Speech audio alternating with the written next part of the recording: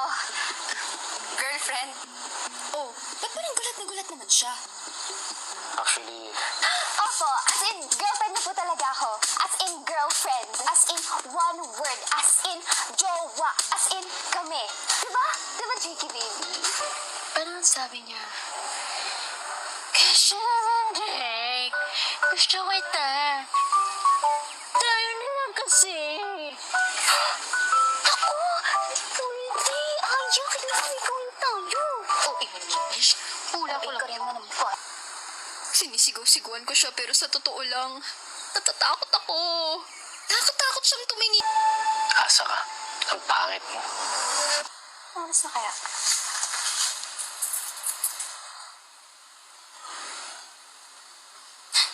Hindi ko mabasa.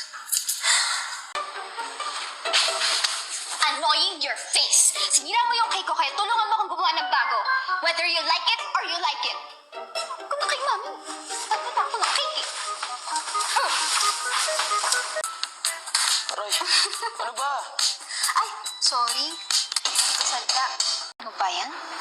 Simpleng pagbasa nga ng numero sa orasan, di ko magawa. Hirap na ako. These are the entities that help move that excess money. This is very important for you guys to understand because these movements will help